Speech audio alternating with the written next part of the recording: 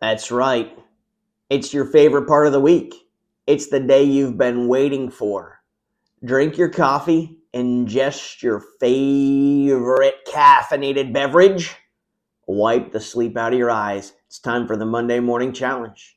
I know you're thinking these challenges have been too easy. These are things that you're already doing in your life. Well, if that's the case, then this morning is the challenge for you. This challenge requires a lot more chewing before doing. You're going to have to spend time in prayer and study before trying to implement this one.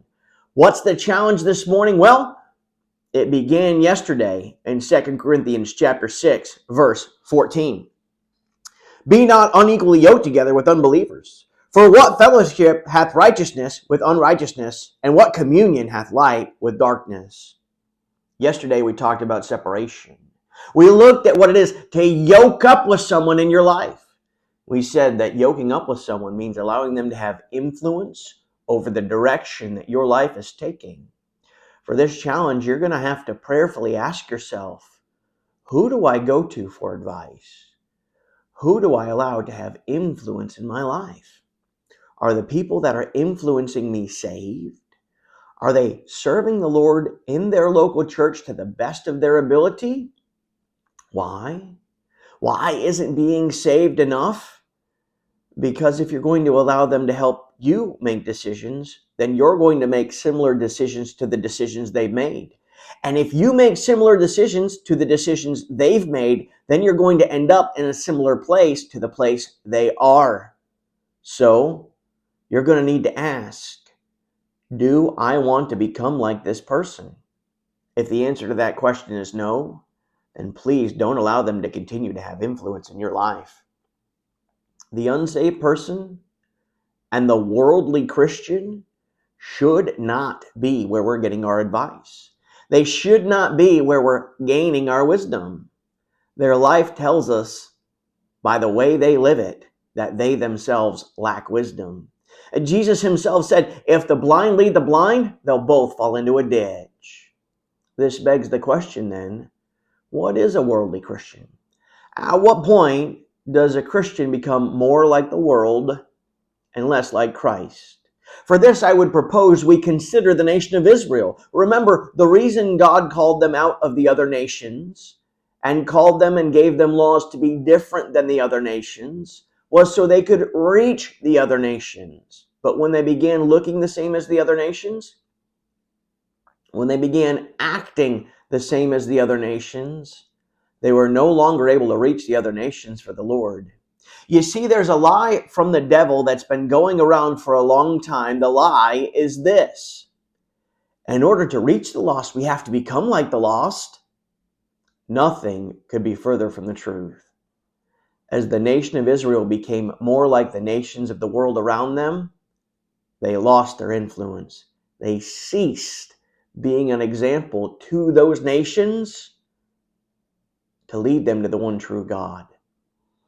In business, they say to succeed, you either have to have something else no one has, or you have to do something better than anyone else does it.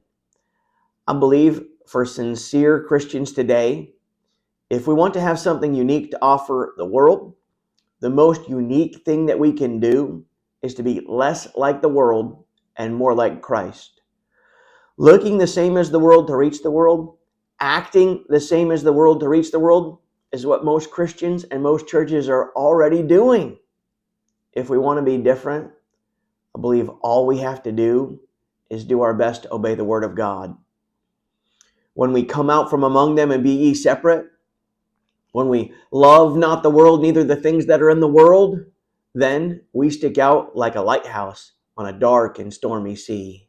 You see, that's where the prayer comes in. That's where the challenge is for everyone this morning. I pose the question to you, where is your line? How worldly will you allow yourself to become? Have you considered? When someone unsaved looks at you, what do they see? Do they see someone who's different from others? If they followed you around for a day, looking at everything you do, will they see someone who acts differently? Are the things you wear different? Are the things you listen to different? Are the things you eat and drink different? Are the places you go different? Are the things you watch on TV different? Is your browser history different? Is the way you treat your husband or wife different? Is the way you treat your children different?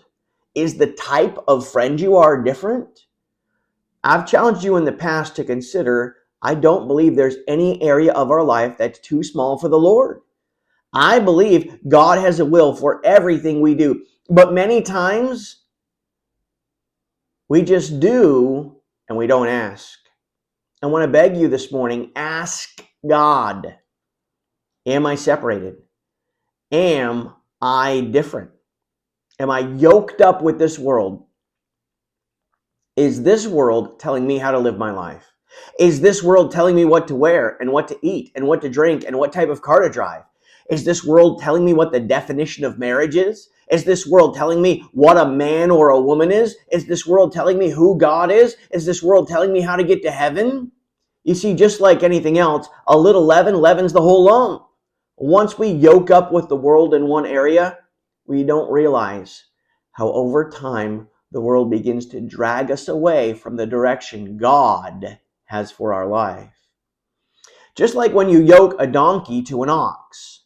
You see, by itself, a donkey is powerful. By itself, a donkey can carry a lot of weight. By itself, a donkey can go places that other animals can't.